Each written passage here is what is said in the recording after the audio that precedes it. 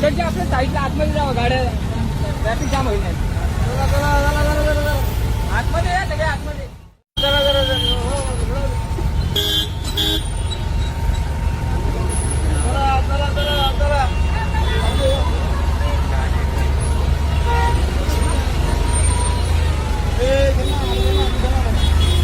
पुढे घ्यायचे म्हणून पलीकडे जा म्हणून.